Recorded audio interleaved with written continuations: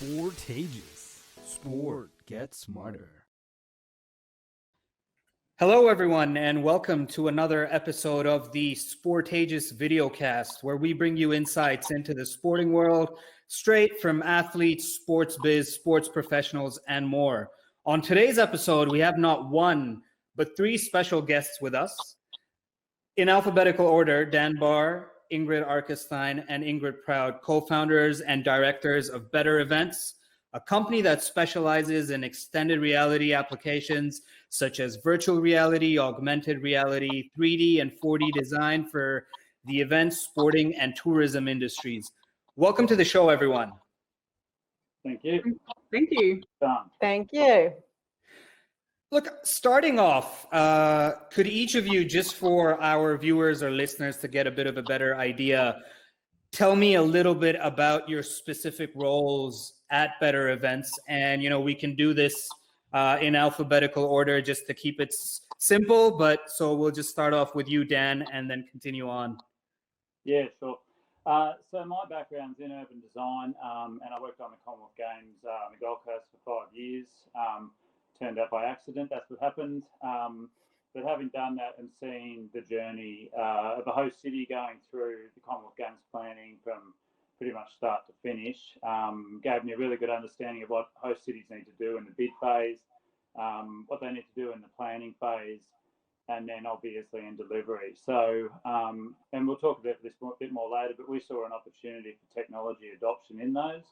Like I said, my background is in urban design, so I suppose in terms of the specific role of Better Events, mine's around design process, and then the different stages of events, but also probably specialising in host city elements and also public space in terms of people getting into venues. Sure. And Ingrid, we'll just move on to you. Yeah. So my background is very much, I started in logistics, but then ended up in Sydney working for the Olympics and have worked in big events, major sporting events ever since. So my background's really understanding events and then, the planning, the aspects, all of that. And then because I'm based in Lausanne, I really focus after Europe in anything we do. Right, absolutely. And Ingrid P, lastly, but not least. Not the least, no. So 2 Ingrids in the company. So I've had also over about 20 years experience in the event industry, but also sport and tourism. So from my side of things, I think for the last 20 years, I've been able to jump on lots of different sides of organisational structures within events. So I understand a full 360 aspect of how all the different stakeholders operate and manage. And very much about procedures and project management elements as well, and how the different steps to build certain projects or event elements put together. So like the other 2 of the company, we've all got vast amounts of experience, probably some in the same areas and some not, but I think we complement each other very well from the aspect that we specialise in these fields. So we actually understand how to talk to the client a lot better. And I'm based in Brisbane as well, so as much as one Ingrid's in Europe, the other Ingrid's in Australia and Brisbane, and Dan's actually based on the Gold Coast. But we do have a lot of contacts all over the world from being very lucky being part of the event industry for over 20 years.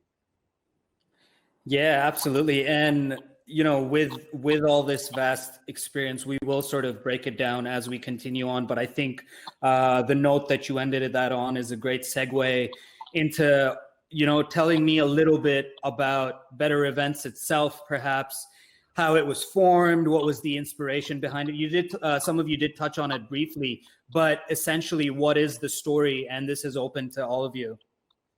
Okay, I'll jump in.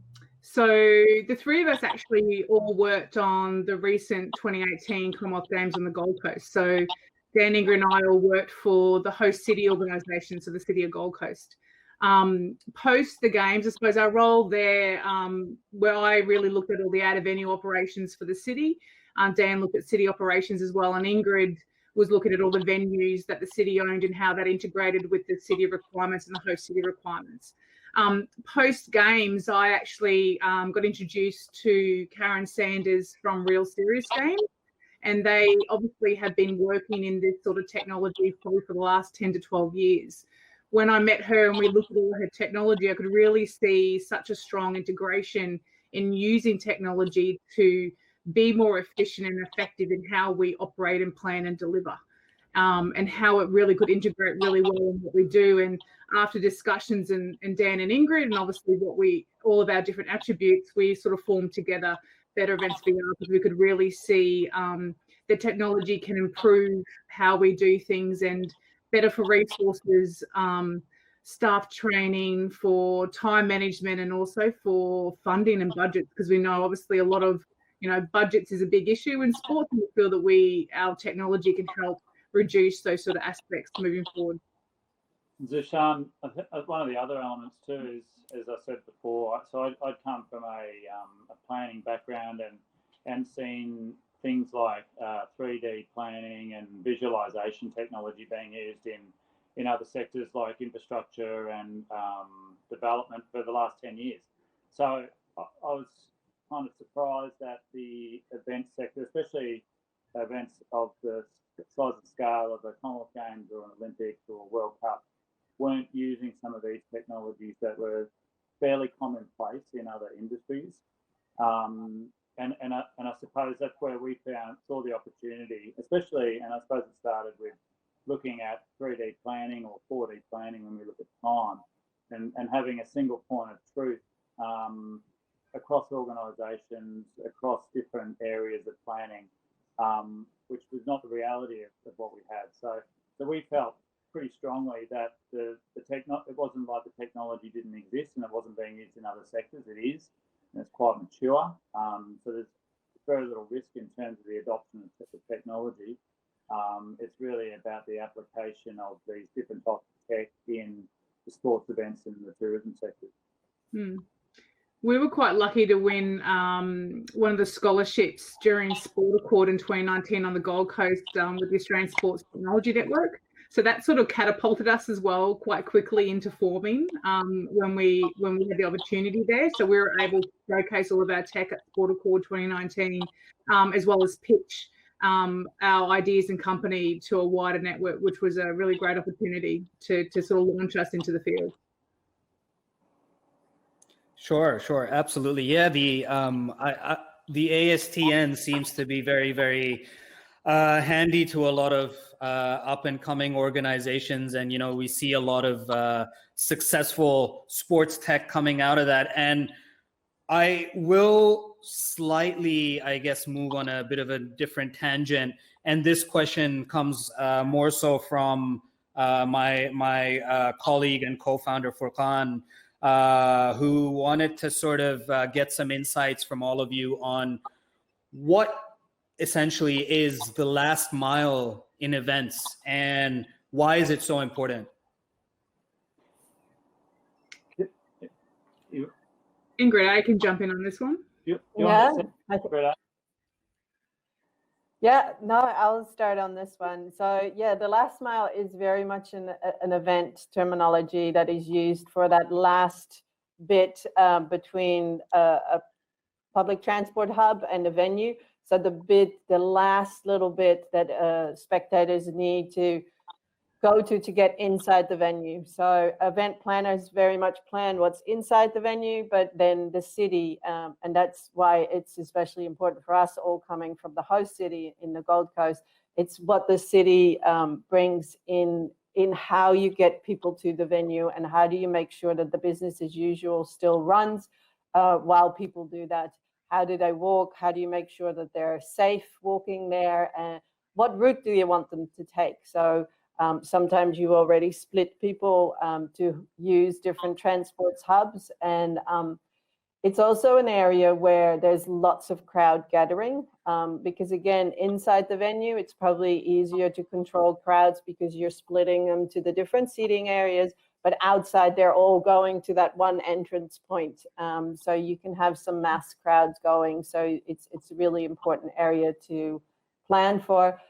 There's also a lot of stakeholders involved. So again, within the venue, people have been planning. So the event owner has been planning for that area for a long time, and they are in control of everything that happens. outside is really where all the stakeholders come together. So the city, from a transport planning point of view, from a crowd management, but as I said, from a business as usual point of view, everything there needs to work together. And this is an area where we see our technology really helps to give that one view to everyone, a visual, a 3D view of what you're planning, making sure that the different stakeholders don't go into the same area because they've been planning on different maps and they didn't see. There's also a very big, these days, a very big security element to that area, that security would like to keep safe, secure, and they don't want to tell everyone about it, but then suddenly there's a ticket booth where there should be security. So all of that, to bring that together in one great plan is really beneficial. And so that's where we think the last mile, the 3D planning especially, will really help.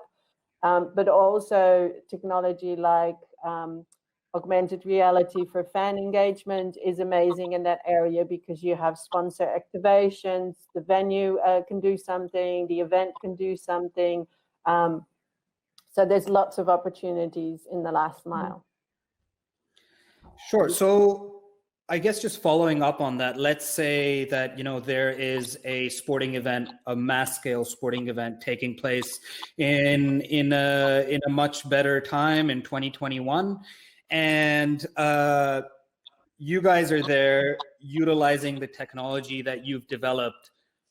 What would me, for example, as a fan, but also as a member of the be it the city council or the organizing committee, experience using this technology, and how would it enable me to do my work better, but also enable that fan activation on the parallel?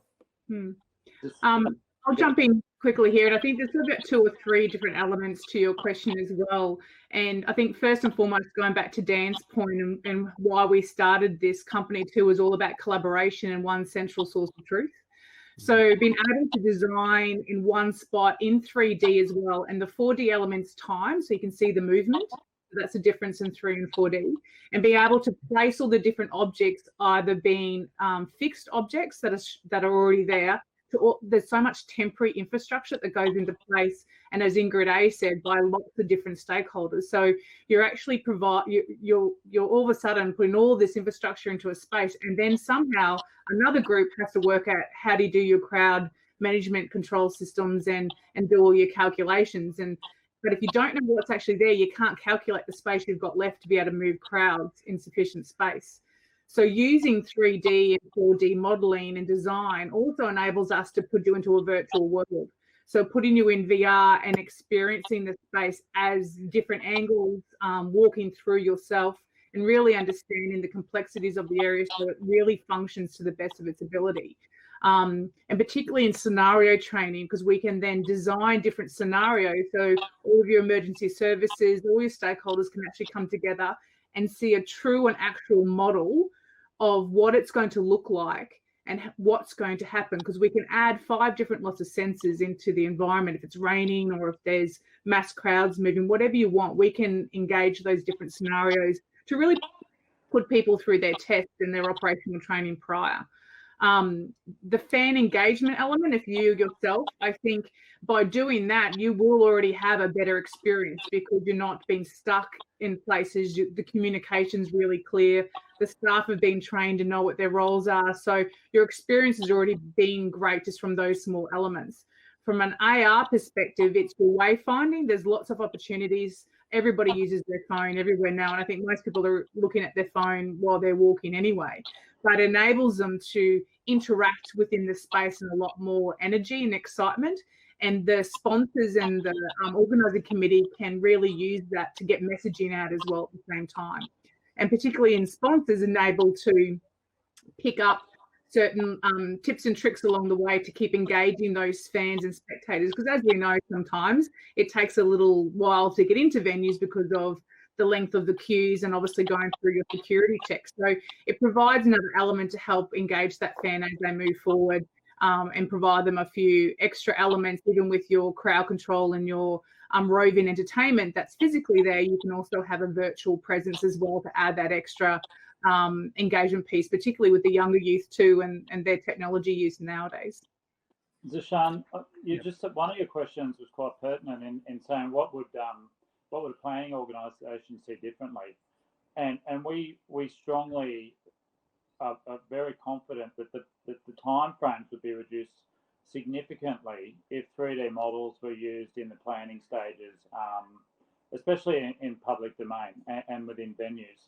So if you can imagine what usually happens is it's quite a linear process that, security does their bit, transport, venues, volunteers, everyone does their planning in a level of isolation, and then it kind of gets mashed together and then brought to the executive, and executive teams and people with money and budgets are asked to make decisions on things that aren't necessarily presented as well as they could be. So we strongly feel that the 3D model, for instance, means that executive, people with the budgets, security leaders, transport leaders, city leaders can basically design things like the last mile that we've been talking about together in real time, which in my view anyway would cut off years of planning that currently takes place to do those things, and it can be done remotely. So the planning can be done with, you can be in Canberra, Gold Coast, Brisbane, Lausanne,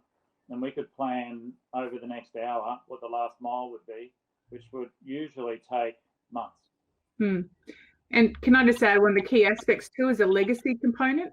I think by doing this early too, you can really identify legacy pieces that can, sustainable for the city or for like post-event. And I think that's where you can see those temporary elements. Do they need to be temporary, or can they actually be permanent to give another something back to the community post-games? And that can be found really easily because you can move things around easy without having to understand, build it into the design early and know really what you want without doing last minute sort of things that may not match up later on. Yeah, absolutely. My brain is ticking at the moment, just thinking of how many different shapes and forms the application of your technology can obviously take. And I guess moving on to the next question, this one is particularly for you, Dan, because you touched earlier on how your background is more or less in urban design. What is the role of urban design in sports? And what does that exactly entail? If you could elaborate a little bit about what you mentioned earlier on. Yeah, so urban design is really about, in its traditional format, is about the form and functions of cities and how they fit together from different scales, from a scale at a city level down to a streetscape and then to the materials used. So, but it's also takes into consideration and acts as the integration between other disciplines like planning, architecture, landscape architecture. And so really what it's looking to do is bring all those different functions together and look at things holistically. It's also focused on economic outcomes of design and social outcomes of design. So how do people feel and interact and all those kinds of things.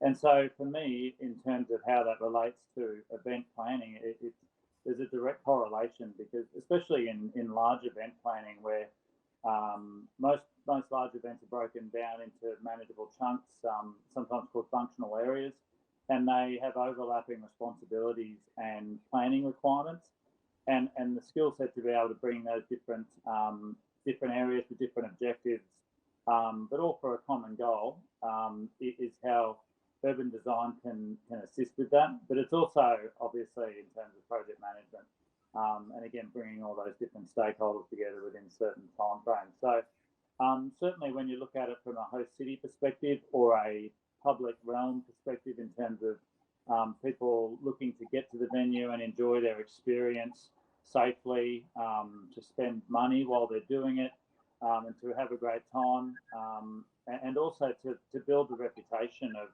those precincts and cities where events is occurring, is kind of the value that urban design can bring when applied, not just in a planning or city sense, but applied to an event planning and delivery perspective. Yeah, I think if I can add to that, especially what Dan was saying, especially for the major events, like cities that have, that want to host those major events, they have the desire to host more events after, right? So they want their city or their state to be known as a good either sporting or event place. And then, the urban design is so important to make sure that you have that flow, that you have the public transport, that you have business as usual flows all covered, to make sure that you can hold these events with minimal disruption to your city. So it's very important. And I think our technology, by creating digital assets of your major sporting venues or just venues, allows you to, one, sell them better, but two, also plan them better, because you can show new event owners that want to come and use your assets how you should do it and how it has been done before, so that you stop people trying to reinvent the wheel, because as a city, you know what works for your city best. And that's a great connection, actually, Ingrid, because, so again, talking about this connection between physical infrastructure of a city and event delivery, and you're right, there's an absolute connection between how we plan and deliver our cities and the ability to then deliver great events. But 3D models of cities have been, and LiDAR models and that kind of thing have been around for 10 years and largely used to enable cities and communities to understand what the future development might look like. So there's a direct connection there between events organisers in the future using city-owned 3D models of their city to define and communicate what that event might look like, especially if it's a new event being delivered in a job site or being delivered in an area like a high-profile public realm area, like Federation Square in Melbourne or some other area. So there's a connection, and certainly the investment made in 3D models from an event perspective or a planning perspective is something that can be used for the city in the long term.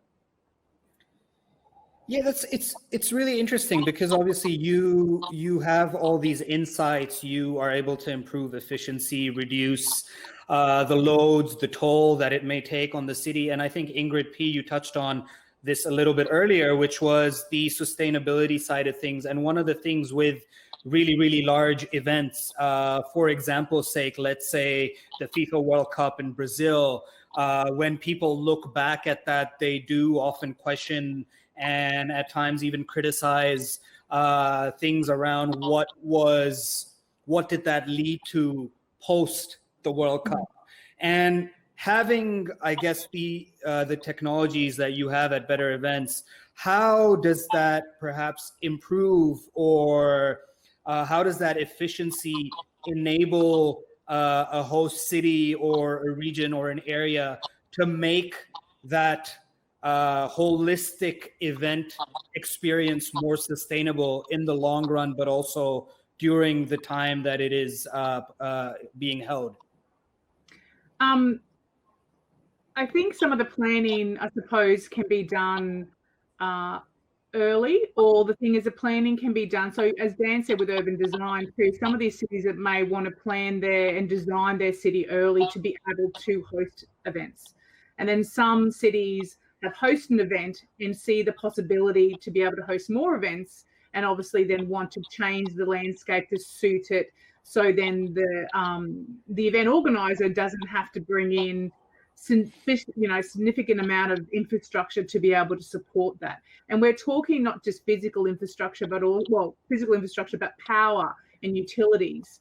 And also just from a green space as well, and making sure it's not just bricks and mortar. You've got the landscaping is also really attractive to the space, and you're not also cutting trees down to fit a tent in an area. You're able to work in the space, and it suits the area well, and you're not having to move lots of stuff every time you have an event in play. So that's where the advantages, I suppose, come into you. Instead of eventually working out what your best solution is after 10 events, you can figure it out straight away, because even in a new space or an old space, you can design it and then redesign it multiple times, because as Dan said before with LiDAR, you get a 100% true reflection of all the infrastructure, the height, the breadth, the textures, all that sort of element to know how to plan and design the areas. And you can be planning multiple events at the same time in the one design ultimately. So you're not having to do all these tests and take you 5 years to actually come up with a solution that works really, really well. You do it early, and you work really well with the community too. And that's one big thing, is that, as Ingrid A was saying, it's really your business as usual, your city and your community that live there every day. The communication back to them so they know what's going on can also be visually represented. And they can actually walk through it in the VR, or you can have your phone up from an AR perspective and physically see what it's going to look like. So they've got a lot more confidence in the city, the executives, the event organisers, that what you're doing here is not detrimenting where you live. It's actually enhancing your city to really promote it on a global scale. Absolutely. Yep. Sorry. I think a big point there as well is the legacy piece. So, often events are not so well looked at afterwards if the legacy wasn't right. So if venues are standing empty, or if they're not using their assets that they created, and basically from a citizenship point of view, they have kind of wasted the money. That's often what is seen as not so great. So here, if you plan your legacy right, so anything I would think that helps you create an event more efficient, more effective, and therefore more cost effective as well, is good for the city, and lower taxes, and it helps you plan more events. So bring more people, more tourists, more events into your city, which bring more money. So that's the whole idea behind it. So if you can do it more efficient and more effective, then you're also better off from a financial point of view, which then helps.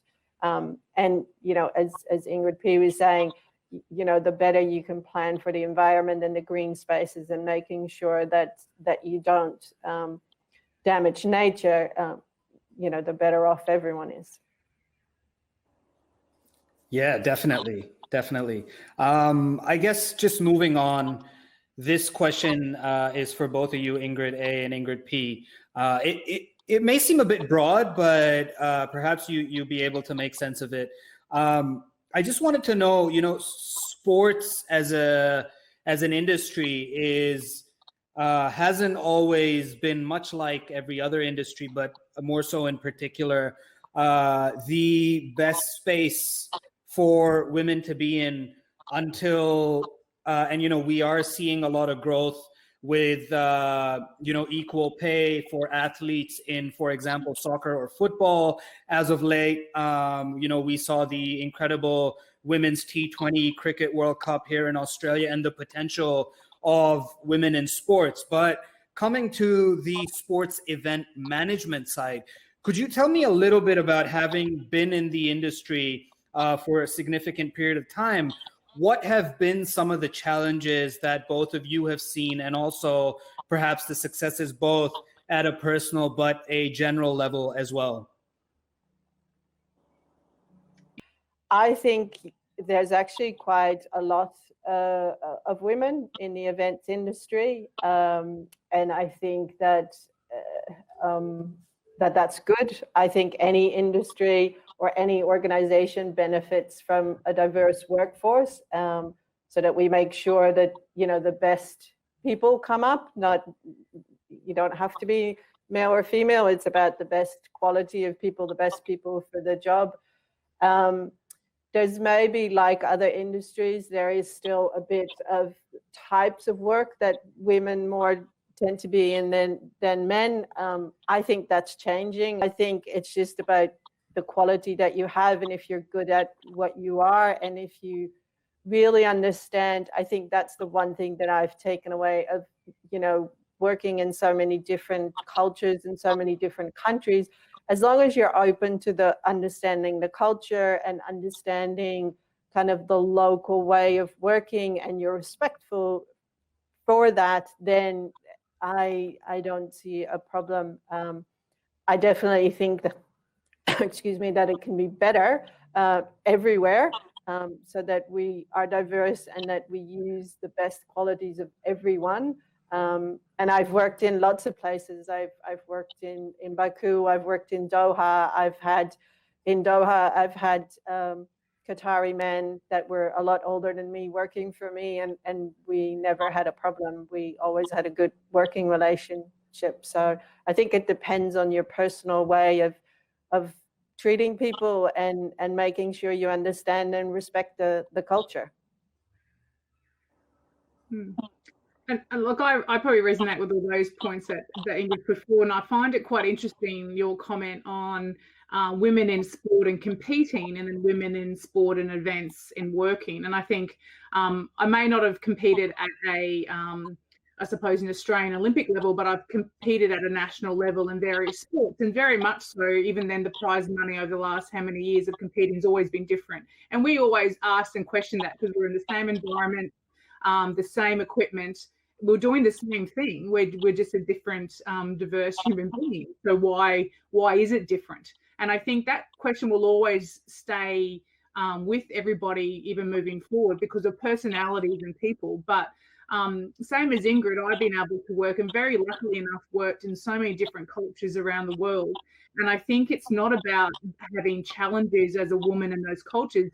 It's actually respecting the cultures and then adapting and adopting to how to operate in that culture, and acknowledging how, and working with everybody to get your point across in the best way you can to respect where you are. So I think we've been quite lucky that we've been able to have those experiences to better understand when we are in different environments, how not just as a woman, but everyone should be operating. It's not just a female operation. It's everyone should be respecting various cultures and how it should work.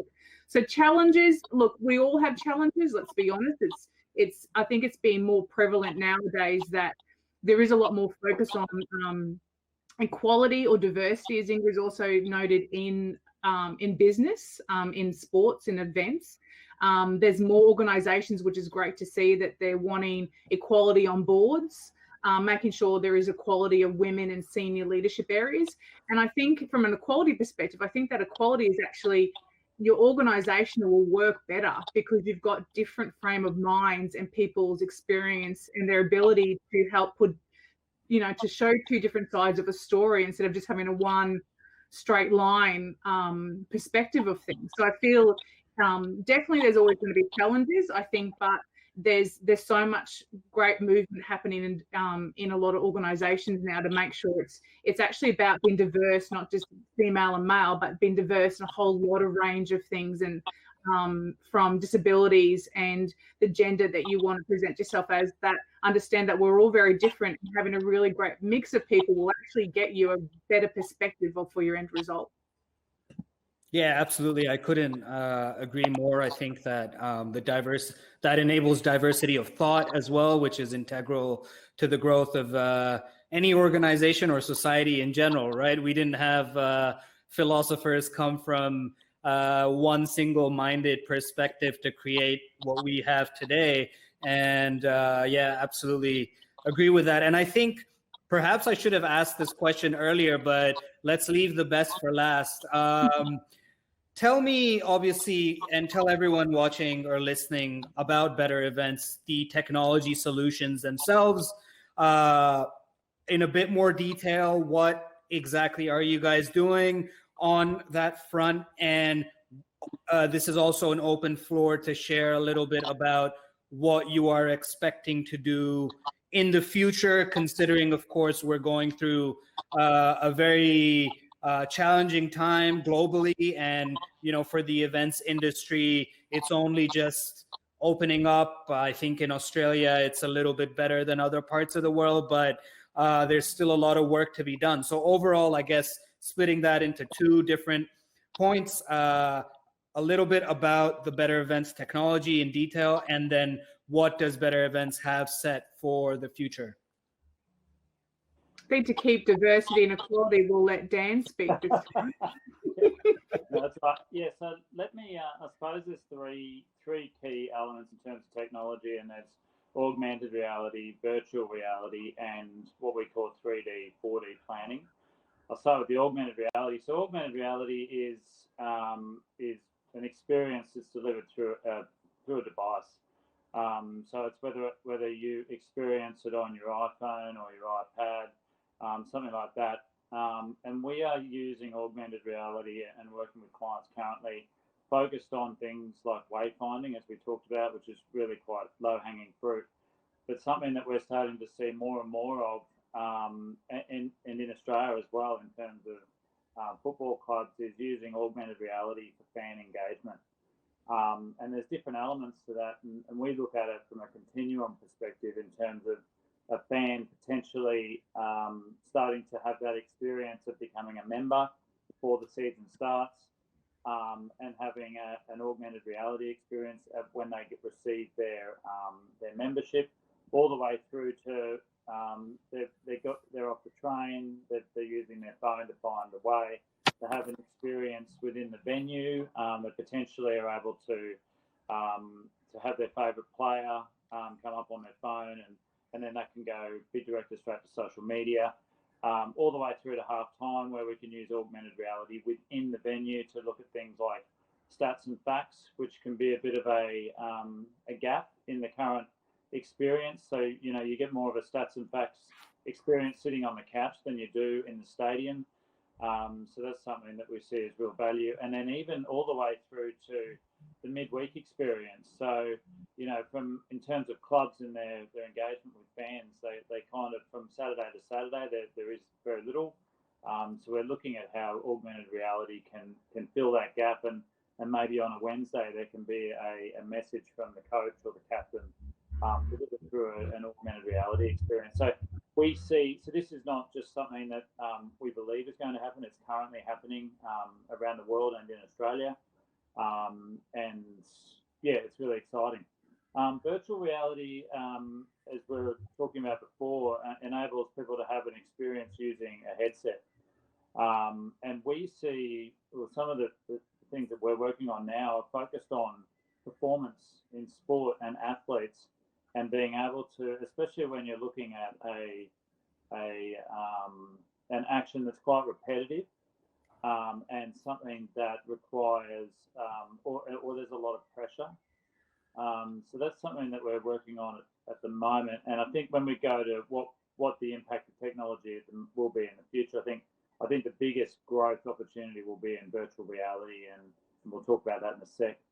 And then the last one is our 3D, 4D model. So 3D represents a 3D model, but we add a 4 in front of it as well, because that represents time, which goes towards the project management of the delivery of whatever's going on. So we have 3D models of venues, which enables people to basically be wherever they want to be in the venue through their screen.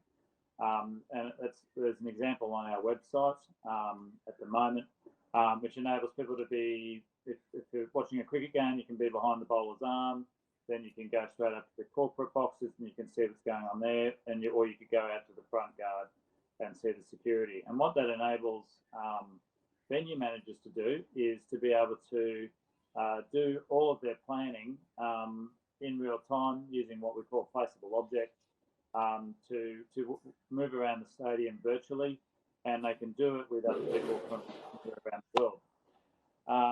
Now the 4D enables people, if there's a bump in of infrastructure in terms of whatever it might be, in terms of vehicle, transport, pedestrian barriers, marquees, etc. The 4D at the time enables people to understand when certain elements will be in place, which is important when you've got quick turnarounds between the AFL and the cricket season, etc. So they're the 3 technology types that we have, and the applications in the sports, tourism and event sectors that we're currently pursuing. You guys want anything else that I'm missing, or? Yeah, I think to add to the 3D planning, or sometimes it's called digital twin technology, I think it really enables people to deal with problems before they occur. And therefore you prevent the downtime, you improve experiences, and you make your event more efficient and more effective. especially in events time, the time that you're actually at a venue is so short that, you know, not just every day counts, but almost every hour, every minute counts. So if you can beforehand identify a problem and making sure that you're bumping, so your timeline is all correct, and, you know, you don't have to do any double handling or waiting for things because you forgot something, you know, any technology that can help you with that is amazing. And I think that's where, from an event planning, so from the beforehand, is 3D is amazing, especially in an environment like this, where we all have to work remotely. But even before COVID, you know, we deal with so many stakeholders that are placed all over the world, and, you know, the broadcasters are everyone flies in to come and see a venue. And I often say to my clients, you know, how many times have I brought someone to an empty playing field to say, well, over there, there'll be your PSA, and over there, there'll be this. And, you know, you're standing on a field, and it's really hard to visualize. And, you know, they're standing there with their 2D CADs and kind of saying, well, this box, where are we now? And, you know, being in 3D just takes all that pain away. And you can see what it will look like. You can see how it works, and what of the permanent infrastructure might be in the way. So it's really that what the benefit is from the event planner point of view. And I suppose moving on, yes, COVID, which we've spoken about now since it started, and I think it's going to be a continual conversation for many years to come. We are living in a world where we aren't flying, obviously, as much anymore, particularly out of Australia. We're not going anywhere at the moment. And being able to then still plan, manage, train, and educate people all over the world, or even just within the country or the city that you're at, is going to become a challenge, because governments will put certain legislation and restrictions on you that you need to abide by to stay within a COVID safe plan.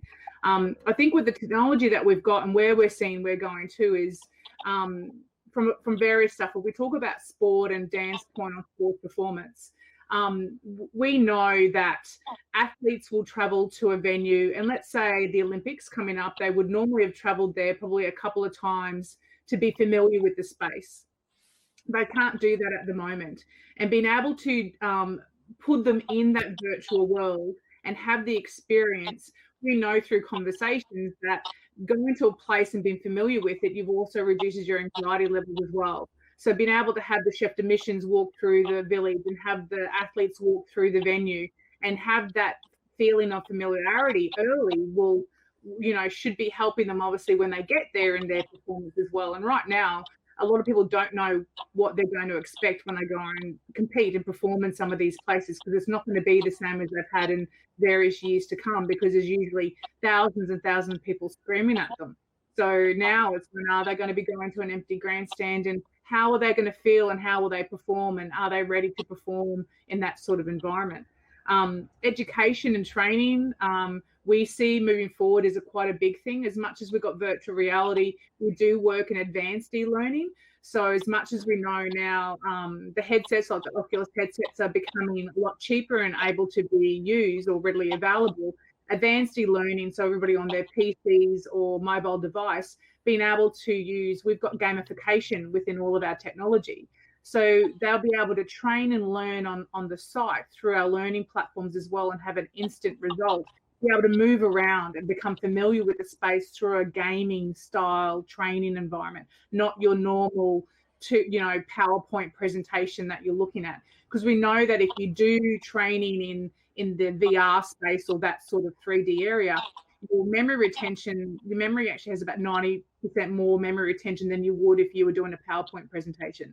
So the staff that you have and the volunteers will be able to be more efficient and understand what they're doing, because they're learning better as well. And they can go back and do that multiple times like a game and win points and try to get 100% every time they do it. So there's those sort of aspects moving forward from that space, on top of what we've already spoken about with planning. There's a lot of more elements that we see moving forward is going to be of benefit.